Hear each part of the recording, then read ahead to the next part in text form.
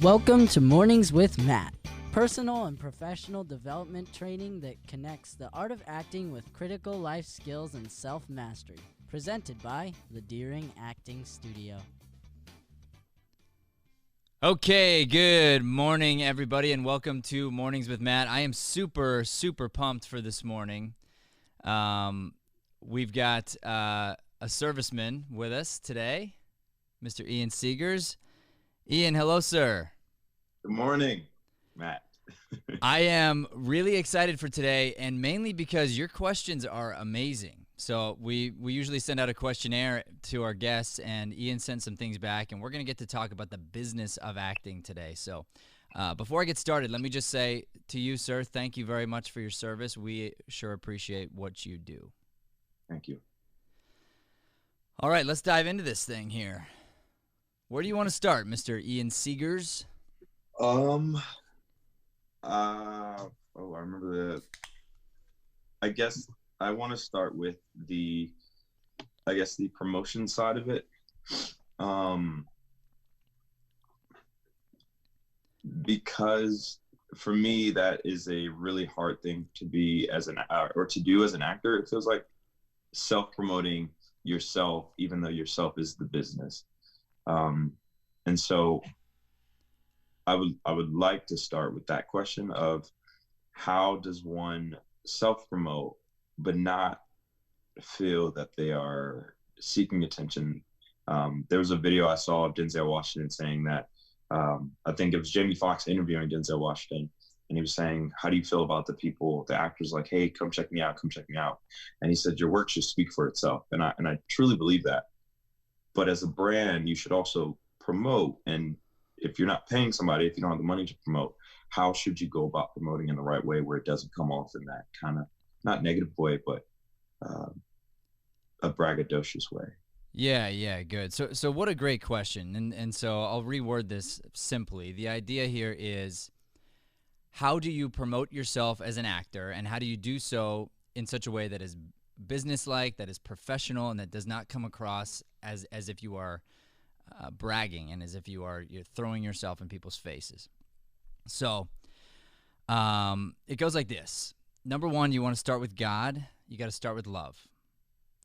Number two, don't try to be something that you're not. Don't try to skip any steps. Number three, be consistent in everything that you do. And number four, get over the fear of success. So I'm going to break these down for you really quick, and then we'll review. So let's start with the last one here, the fear of success. And I want to talk about my own experience and let you know that, Ian, I've been a little hard on you, right, from time to time. And I hope you know the reason is because of my love. Yes. And also what I see in you. So when the student comes to the teacher and they have the most potential, and like you see them already being good, the teacher's requirement is to push that student a little harder. And we're going to get to talking about being a teacher here later, I think, one of your other questions.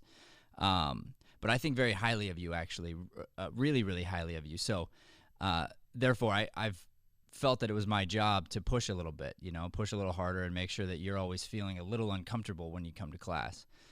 And so hopefully we're doing that. But if we talk about this fear of success when it comes to promotion, I want to be clear about something. So there's a big difference between being humble, between having humility, and being lazy. So the difference between humility and laziness. So here's where I'm going to talk about me for a second. Here are some things that we have going on. Here's some things that we've done recently in the last, say, 5 years. I wrote sketches for ESPN. I coached Kurt Warner's daughter, coached Sophia Wiley, coached Frank Caliendo. We won the Best Acting Studio in Arizona in 2015. in 2016, in 2017, in 2018, in 2019, and most recently in 2020. I did a commercial with Larry Fitzgerald. I've done a Super Bowl commercial. I've been hired by ESPN to do coaching. Been hired by Disney. The list goes on and on. Why do I bring this up? Well, because up until just recently, and even now, I'm working on it currently. It's not; those things are not on our website. I don't call that humble. I call that stupid. You know what I'm saying? And why, Ian? The reason is laziness. You know, so there's a part of me that gets uncomfortable. You probably could see it while I'm reading this list. I feel uncomfortable talking about me. I feel uncomfortable with the self-promotion thing. As soon as I turn it back to you, I feel a little bit more comfortable. But also, I look at this idea of search engine optimization and like digital presence and all these like different terms and things, and you start to get into there's about 7 different just Google tools alone to help you with trying to rank your website and different things. And so every time I would put a foot or a toe into that world, I would get overwhelmed and I would quit. And then I would want to lean on the idea that, oh, I'm being humble. Oh, I don't like to talk about it, but guess what? I've actually done all these things, blah, blah, blah. No, dude, that's straight up laziness. If you're not ranking for, you know, whatever it is, you know, when it comes to acting, and you have all these like if you're not ranking for best acting studio in Arizona and you've won the award the last 6 years in a row and never put it on your website, you're dumb. So I'm talking to me here, and I'm saying there's a big difference between being humble and being lazy. Having said that, if we go back to the other one, which is don't try to be something you're not, don't try to skip steps. I believe very much in celebrating where you are and being very good with where you are, figuring out where you are, and then talking about that thing. So it'd be like, you know, we're on episode 20 or whatever of the show, something like that, and I started because of quarantine. So I started because of the coronavirus is how we started the show. I really would like to keep going. I mean, I'd love for this thing to go. I have a lot of fun with it, but it would be inaccurate for me to label myself as a talk show host. I haven't earned that. You know what I'm saying? Now I can say I've done 20 shows and I can say this and I can say that, but I'm not trying to skip steps. I'm not trying to say I'm something that I'm not. You know, I'm gonna work toward that thing. But other things that I have done and other things that are a part of who I am, like I've been in a movie with Will Ferrell. There should be a page on my website about that. You know, it's silly that there isn't. Like that's just not okay for me not to do that. And for better or for worse, I gotta go back to it and go, at what point is my laziness being totally selfish? How am I being selfish by not talking about me? By not allowing myself to move into some sort of like even minor celebrity? Because if I don't do those things, then we don't elevate up, and then I don't have the platform I need to speak my message, which is not my message, it's God's message, and I don't have the platform that's needed to reach all the people that God is choosing me to reach through these particular mediums.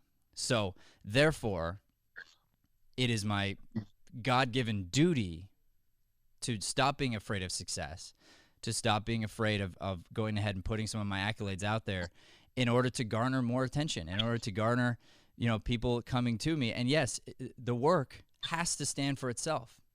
Yeah. If I say one thing and I mention that I've done something, I better have done it and done it well, and I better have left a good trail. It doesn't do any good for me to say I worked with, you know, ESPN, but they kicked me off the set, and I just don't tell that part. You know, that does me no good, because then I'm saying one thing, but it's really hollow underneath. I believe in documenting the growth. So I think as part of your branding, you should bring attention to the process. especially with your mission, which is beautiful, by the way. You should document how you're doing it, you know, just the process, document the grind, document the struggles. People need to see that. And I believe it's going to be good for your brand 5 years from now to see where you are now and to see what you're doing and to see the failures. Gary Vee talks about this a lot because I refer to him because he's sort of the personal branding guru, you know, and he believes that attention is one of the most valuable things you can gain in order to have influence. So if you want to have influence to impact people through God as an entertainer, then you're going to need attention coming your way. So you have to find a way to do that, but you want to earn it. You don't want to skip steps. You don't want to pay for followers. Like you definitely don't want to be something you're not. Like you see somebody else who's got, 5 times, 6 times the amount of followers you have, and they're putting up certain types of posts. You don't want to start posting what they're posting. That won't help you. As a matter of fact, I just heard the story yesterday. My wife and her comedy partner, they're called Leanna Michelle, and they do a lot of funny videos and things, and they have taken off in the world of Enneagram. So they do these Enneagram characters, and dude, I mean, they put something up, and it's got 100,000 views. It's like that on YouTube, which is really hard to do. And so I bring this up because just yesterday they were tagged because some guy on Instagram created a bunch of memes literally jacking their comedy word for word and claiming that the comedy was his. And so my wife and her partner, they reached out to him, and then he didn't respond, and then all of a sudden he unfollowed them and made it so that they were blocked from his account. And they were so tempted to like call this guy out publicly, and then he ends up removing the post and all that. But what's funny about the whole thing is, like, it's a bummer that happened, and it's a bummer that happened to that guy, because you know what? He's just trying to make his way, you know. Yeah. But the way he's doing it is hollow. Yeah. So he doesn't know my wife, but had he created these memes, reached out to them, complimented them, said, hey, I think you guys are really funny. This is some awesome comedy. I made these memes. Do you think it'd be cool if I posted these and tagged you guys in it, and gave you credit? They would have said yes. They would have reposted. They would have tagged him back. He would have gained a sizable extra following for his thing that he's got going on had he just been real with where he was, instead of trying to skip steps and be where he wasn't and claim that the comedy was his when he didn't make up the comedy. So this brings us back to the last 2 points here, and then I'm going to go back and I'm going to review this for everybody. But the number one thing is to start from love, start from God. So in this particular case I just mentioned, obviously that wasn't done in that moment. It was done out of, I want to gain followers, I want to gain whatever. It wasn't coming from the good place. So if you can tap into your brand and tap into your why, then you're always going to be good. And then the other thing is that consistency element. And my belief is that your brand is you. You are your brand, and they should not be different on your posts, from your pictures, to your conversations with your mother. Your brand needs to be consistent through everything you do, everything you say. Maintain consistency. So if your brand is hard work, you better be hardworking in everything you do. One of my brandings is hard work, and it's persistency, and it's growth. Well, because I believe in growth and I preach growth, I do that as an actor, I do it as a teacher, I do it as a studio owner, but I also do it as a father, and I do it as a husband. Like, I believe in becoming a better son today. And if I can call my dad and reach out to him and do a better job at being a son, I need to do that. So my branding goes beyond this show, and it goes into every conversation. Therefore, if anybody were to catch me off guard at any time and record me doing anything, I will be on brand. Yeah. And then the branding becomes very easy. So you're going to have to brag. You're going to have to talk about certain things in such a way that is glorifying God. If you do that, you'll get your ego out of the way, and you'll be doing it for the right reasons, and you'll have, it will be work too, by the way. You know, like I'm going to tell you right now, it's easy to put up a post or like a photograph. It's hard to put up a photograph with a post, with the tags, with the this, with the that, with the everything that goes along with it. That part's hard. Make sure and every time we try to do the hard stuff, that's when we get scrolling. That's when we end up like looking at other people's stuff or whatever. It's easy to scroll. It's really easy to scroll and look at other people's stuff really fast. It's hard to go out and systematically and lovingly comment on people that are doing great things. It's hard to share other people's stuff and to just be generous in that way. But those are the things that will grow you good, big, substantial followings over time. And I'm talking to myself here. So, to review, everybody, here's how you handle your personal branding as an actor and really, I believe, as a human being, because we are now in a place where personal branding, it affects everybody. I mean, there isn't a single person that doesn't have their own personal website. It's called Instagram or Facebook or whatever. Like, everyone has a personal brand that's out there. So, for actors and just for people in general, these are the rules for personal branding and how you can really, really go after it, okay? Number 1, start with love, start with God. Number 2, don't try to be something you're not. Instead, celebrate where you are. Number 3, document the growth. Bring attention to the process. Number 4, be consistent in everything you do every day so that you are always on brand, never caught off guard. And number 5, get over the fear of success and know the difference between humility and laziness. All right, dude, what's up? Number 2, give me number 2. We got 3 questions today, everybody. 3 questions. We're already on number 2. Number 2 comes from being the service member that I am. I was blessed and fortunate to travel for a couple of bases that I had. And a lot of times I end up in areas where I feel like I can't work or I feel like there's nothing I can do. And then, of course, I find that there is something I could be doing, especially in today's age, as well as this coronavirus time that we are stuck at home. There's always something to be done. But the thought process of, should I be working locally or should I try to work in a market that has work in it? So in this example, where I'm at currently in life, there's work in Arizona to be done. I know people are finding work in Arizona, but it might not be exactly the work that I want. Maybe films, television, the opportunities to do those. And I know those come by having an agent to go to. Certain doors are not open to me, so I need an agent that can get in those certain areas. And the question kept coming up where I do extensive research on having a local agent. Is my local agent able to get me not only local work, but even the next state over in another market, but even globally? Or should I try for another market, an agent in another market, and then try it that way? I think a lot of actors feel this way of, my market that I'm in doesn't offer enough work. Should I try my hand at getting another agent in another area? And I think I've experienced that not only with the agencies, but also, I guess, opportunities. So is it smart to stay local, trying to make something out of your local area, or is it better to try to branch out and I guess spread your seeds? Yeah. So I've got a question for you. Do you have a local agent?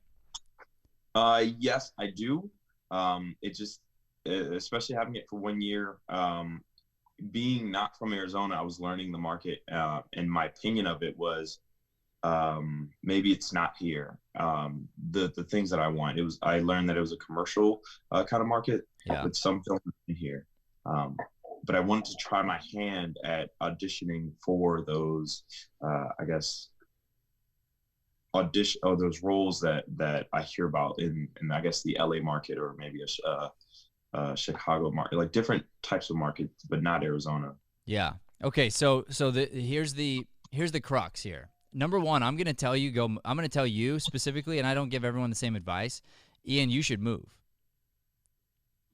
You got, unless you have nothing holding you here, why not? Like, go for it. You know, I mean, you got my backing. I'm going to tell you that you're talented, you work hard, like you should go for it. And wherever. Having said that, here's the issue. You're going to be in a market like Arizona where there's going to be a shortage of jobs. You're going to be in a different market like LA, and you're going to be in a market that's oversaturated. And so you're going to end up with a different problem where there's more jobs, but there's way more people going out for the same job. And so your odds might even be less to land the job over there than it would be here. I'm a firm believer in do not chase the market. I think the people that are doing that are doing it absolutely 100% wrong.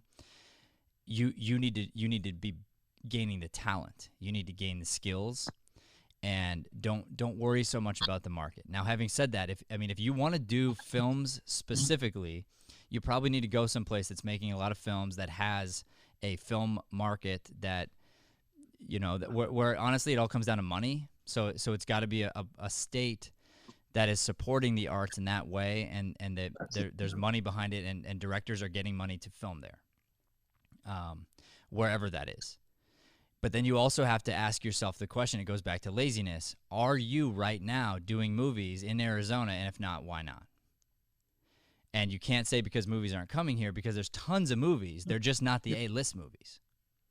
So you should be lining up at the community college, and you should be auditioning for everything. And guess what? If you're not landing every single part at every single college in Arizona that's doing a student film, if you're not landing every role, you're not ready for LA. You're not even close. So you have to think to yourself, like, get this. If they were auditioning for anything, I'm talking any part, as a student filmmaker, any role, you name the ethnicity, you name the sex, anything you want, and Denzel auditions for it, and you don't even know he's Denzel. Like, he doesn't even have a name, but his talent walks in the room. Guess what? They rewrite the role, and he gets the part. Am I right? Yeah, no. Okay, so that's the spot you got to put yourself in. If you really want to compete, you gotta be honest with yourself and go, okay, like, what am I doing? How am I already taking myself there? Because if I'm not doing it here, I'm not going to do it there, and that's the honest truth. And when you get to LA, it's not roses. You're not going to have auditions. It's just like here, where just because you get an agent doesn't mean anything changes. Yeah, it's not the case. And getting a film audition there, especially a big one or a good one, is still hard to come by. So you got to think, okay, when I go to LA, what does that look like? Well, it looks like a lot of student films. Yeah. It looks like finding friends who are making stuff and doing it, which is why I always say, whatever market you're in, start creating success now.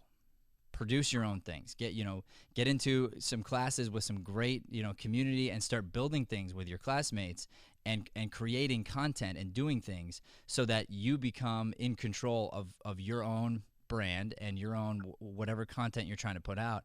And meanwhile, you're getting better. And then, like, you can go to LA tomorrow, you just not with the wrong mindset. But while you're here, dominate.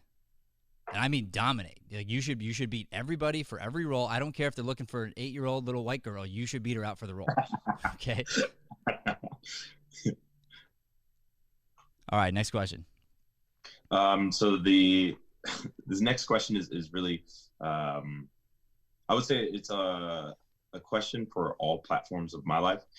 Being military, trying to give back. So when I was younger, the ultimate goal was to give back.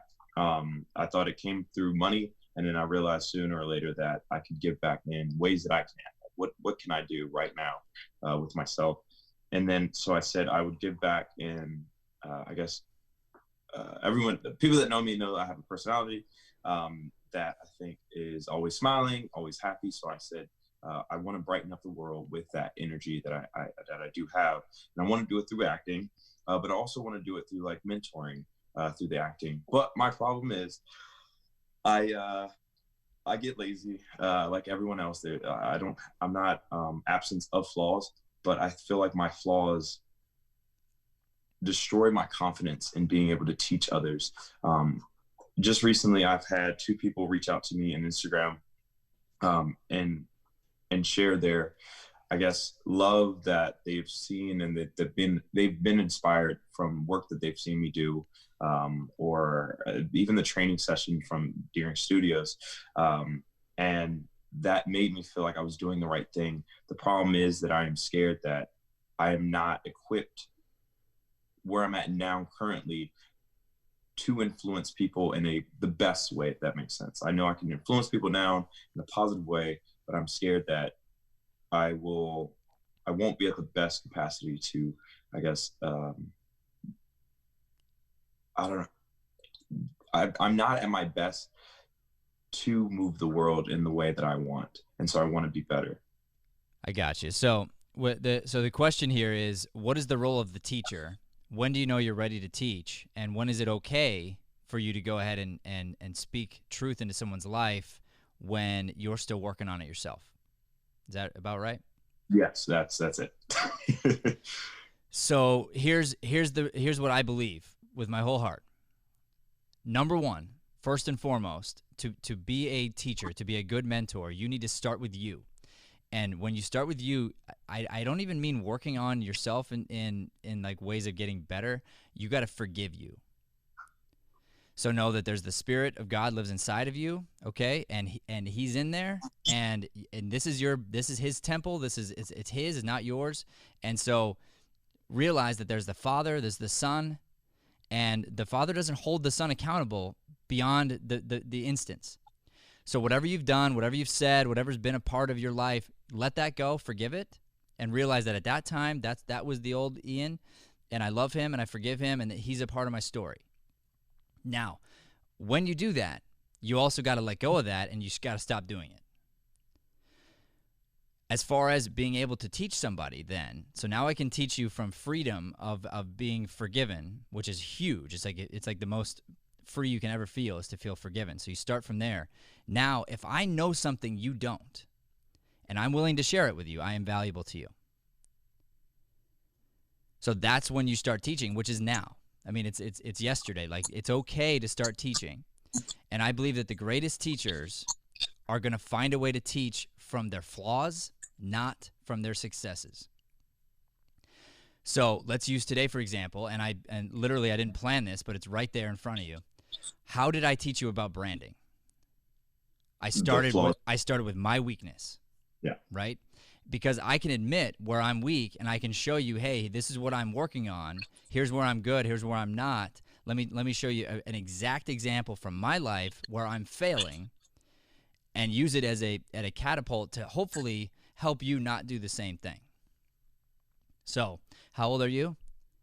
26. You're 26. I'm 38. So hopefully, because of today's conversation, you get to be 12 years ahead of where I am in personal branding and in being willing to talk about your successes along the way. I didn't do that. So I'm 12 years behind you, whereas if I would have started documenting when I was 26 in a really real way that included tags and that included the right SEO and that was not lazy, my digital presence would be different. I was doing YouTube, bro, before YouTube was a thing. We're about to release some archive videos of myself, and it's gonna make you laugh. I'm younger than you, and I'm out there doing actor tips. And you know what's funny is these tips, they're not that different than they are now. They're a little less polished, and I got a little bit more round in my cheeks, and you know, but you can tell the fire is the same. Some of the messaging is different because I've grown and adapted and learned new things, but a lot of it is the same because truth is truth, right? Here's what's crazy. I quit YouTube. You know why? Because I didn't learn it. Like, I didn't learn it, and I was doing videos all the time, and I wasn't seeing any kind of results from it. And so rather than trying to learn and get better, I gave up on it and moved on to my next thing. And I was, successful in a way. But, dude, if I would not have dropped that, I would already be the only name there is when it comes to acting and teaching on the internet. I would be it. But I didn't do that. You know, so now I'm like starting that process over from scratch. But imagine if I've got 12 years of this kind of thing going, like it's impossible. It would be impossible for me not to be at a certain level already. So my goal is to now inspire you not to make that same mistake, which comes back to consistency. Consistency comes back to doing whatever you do and not quitting on that thing, like creating your own content. You know, like let's say you don't want fame, but you're going to have to garner attention. Like, again, look at my story here. I would be famous. Like, I would be internet famous. I would be very wealthy doing this exact thing that we're doing right now. And instead I'm grinding away doing it for free. Either way, I loved it. Like, I loved doing it. And why did I stop? I stopped because I wasn't seeing results and I got lazy. Here's an additional story to that same thing. About a year after I quit doing YouTube videos, a student comes to us and they're like, "Hey, dude, I'm like a big fan of yours." And I'm like, "What? Like, I've never met you before in my life." And he's like, "Oh, dude, no, I've been taking your acting classes for over a year online. Like, I watch every video." And I was like, "Oh," dude. Like, I remember thinking like people were watching, and I just had no idea. And even if I impacted one person, my thought is like, that's enough. But again, I was focused on the wrong things. And so that's what I want to inspire you to do, is to kind of get over that and just go. And then when you go back to teach in this way. Teach how I'm teaching now, where you can be fired up, and I can talk about YouTube. Why? Because I'm doing it now. You look at our YouTube page, bro, we're putting up right now between 4 and 13 videos a day. That's what's coming out of the Deering Acting Studio. And we're doing it ever since quarantine because we shifted. And we're going, all right, we're going to teach acting. We're going to teach acting in a new way. We're going to adapt our company. We're going to do whatever it takes to get our message out. And we're going to do it for free. We're going to love. We're going to give. So now all of a sudden, I mean, we don't have crazy numbers, but we have like 5 times the numbers and views, watch hours, subscribers than we had like 28 days ago. We weren't paying attention to it. Now we're paying attention to it.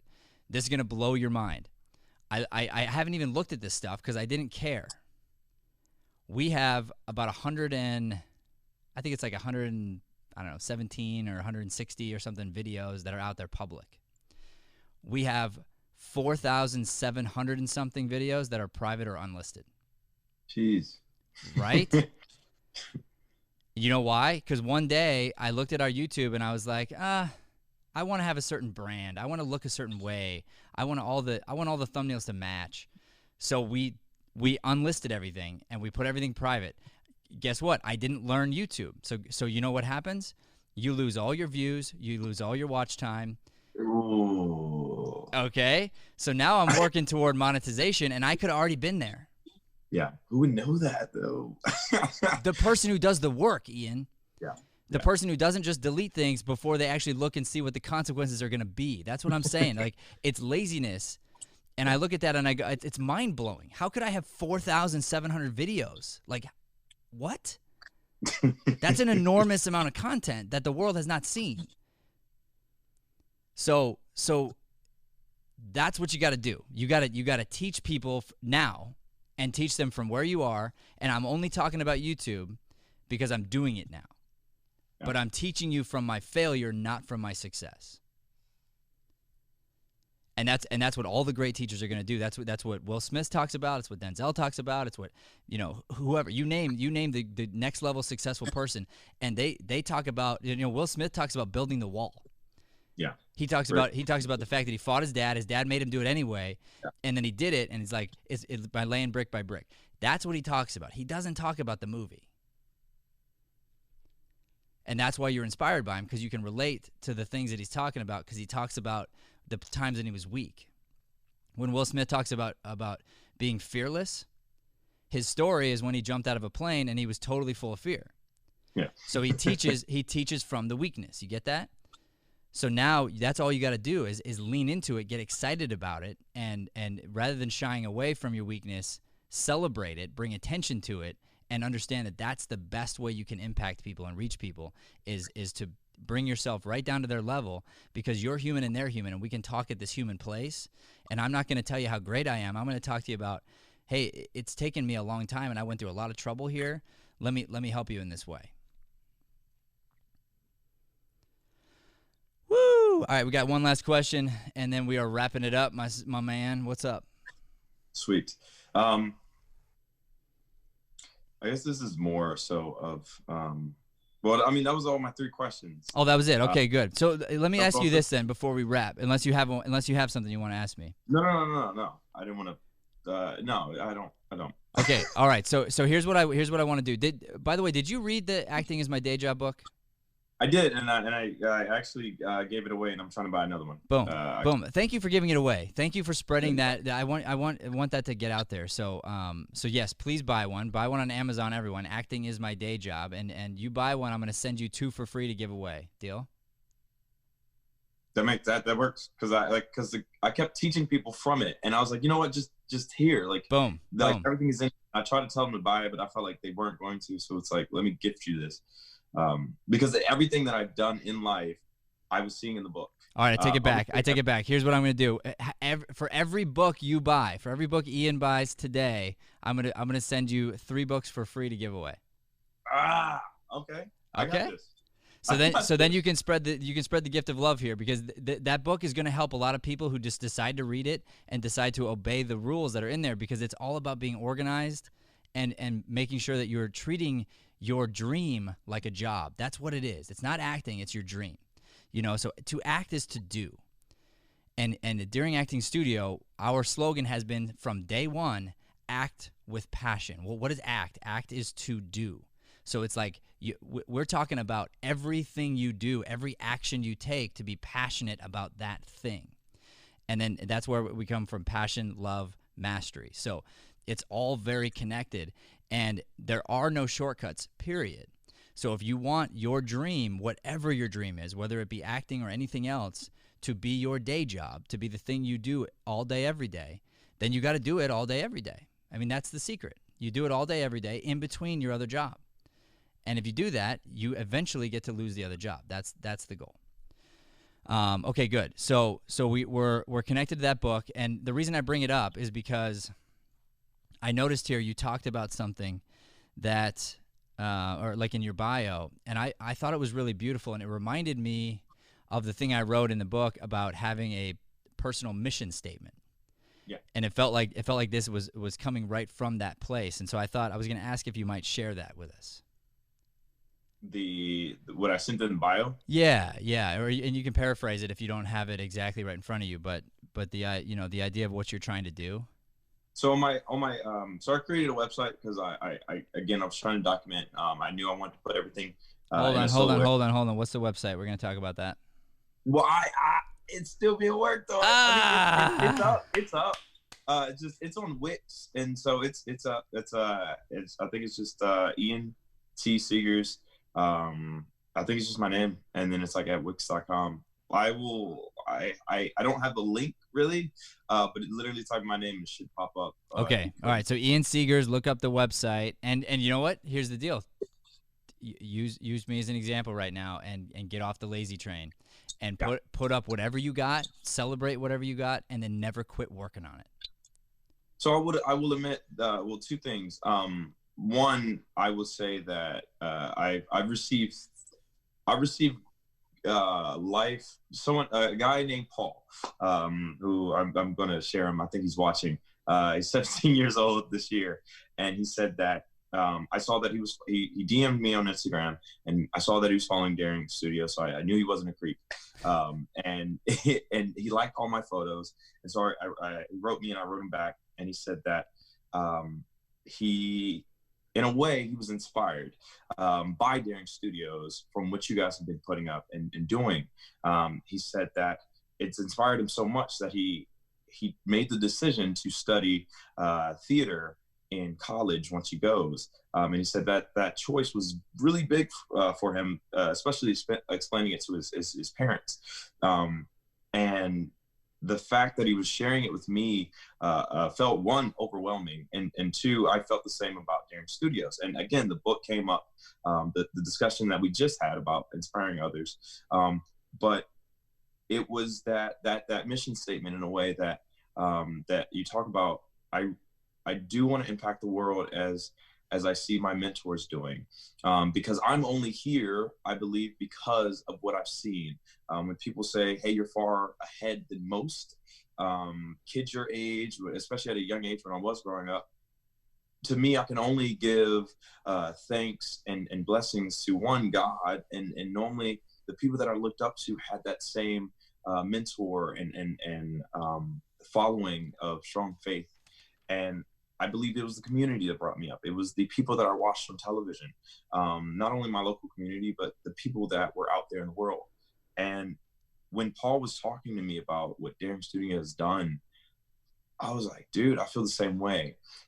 He said that seeing an African American male, it's a thing of beauty. And again, I don't think about these things daily. And I remember in our goal setting class, I said, you know, I don't feel like I can relate.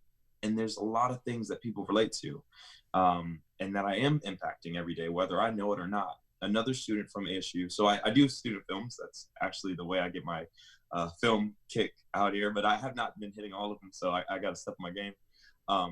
But a couple of the films that I did, one is showing this Friday, actually, in the AFA, which is ASU's filmmaking festival.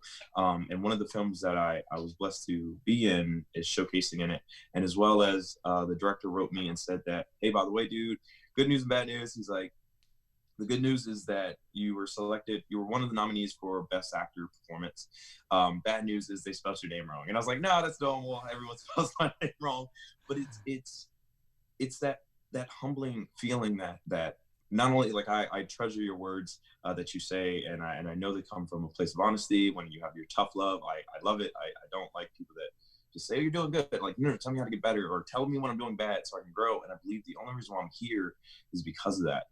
Will Smith is a great idol of mine. I look up to highly because of everything he just said. He has a extreme work ethic that he didn't have, that he got, that he worked hard for. He talks about the treadmill, that there are so many naturally talented people that are better than him, but where he wins is that he will outwork people day in, day out. And I saw those same work ethics in you. And then Robin Williams was the other one, how people spoke of him about being a light to the world. And when he passed, it was the world was a little bit darker. I want to set out to be that, and I think I do achieve that day in, not every time, but I think I do achieve that every now and then. And I'm blessed that people do say, give me those thanks. And the last DM was, someone wrote me and said they saw another student's film in a showcase called Golds. It's not quite out yet, but it showed in class. And he said, dude, your acting was nothing short of amazing. You're an incredible actor. And all I could think, I haven't told him this yet, and I need to still DM him back. I'm still processing the feeling, but the fact that I'm affecting people that I haven't met before, just by doing what I love and enjoying acting, is quite a rewarding feeling. And I think what I have in my bio, I think I'm doing that unconsciously through God. And I always say that I am reminded that I'm on the right path, whether it's through the school that I'm taking, the fact that I'm in Arizona now, and I was supposed to be in Hawaii, being stationed in military terms. I'm in the right place, and I'm doing the right things in the right time. There's no rush, and I'm patient. And I just wanted to say thank you, truly thank you for that. Not only being a mentor of mine, but affecting the community in the ways that I want to see change as well. And then hopefully that it has inspired me, and with great change over time, especially from my birthday, from the master class, there has been big difference that I've noticed, and I think everyone else has noticed as well. So I want to say thank you, truly. Well, you're welcome, and thank you. And I got to tell you that you are doing this already, Ian. And the more you know it and lean into it, the better. And again, learn from my mistakes. If I go back and I realized that one person was watching that YouTube channel and being affected by it, and maybe they couldn't afford classes, and I was able to give them that gift, I would have never quit.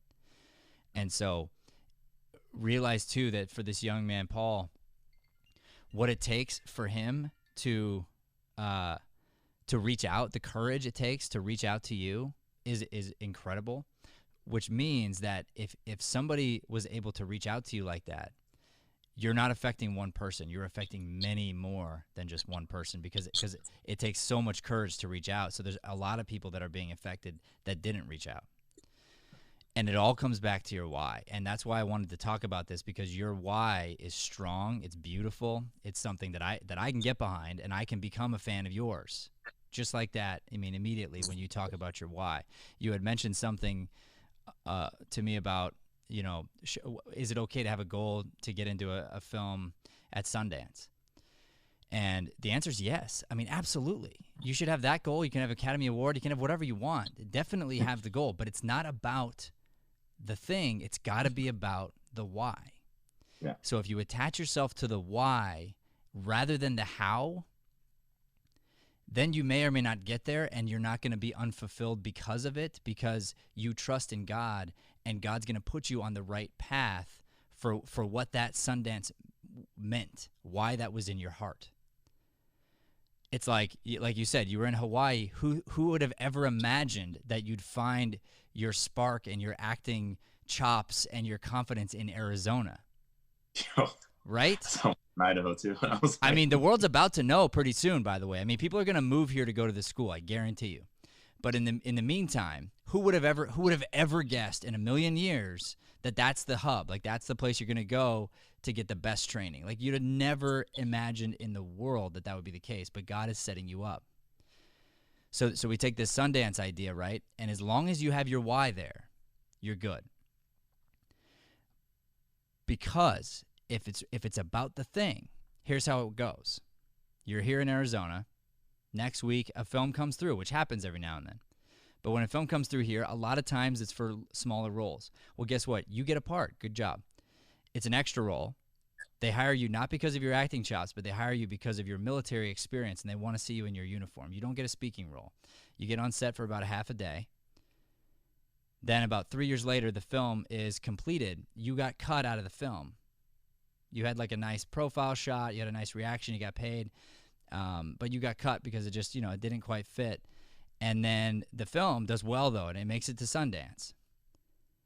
Technically, you have acted in a film that went to Sundance, and it's not what you wanted. You get that? Yeah. Yeah. So yes, go after that.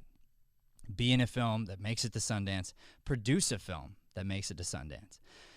Be around people who are consistently going to Sundance. I mean, yes, Sundance, absolutely. Academy Award, definitely. Like set those goals for yourself, but know the why, and hold loose to the how, and hold strong to the why, and trust that God is going to take you to the place where that desire comes from, and not the actual desire itself sometimes.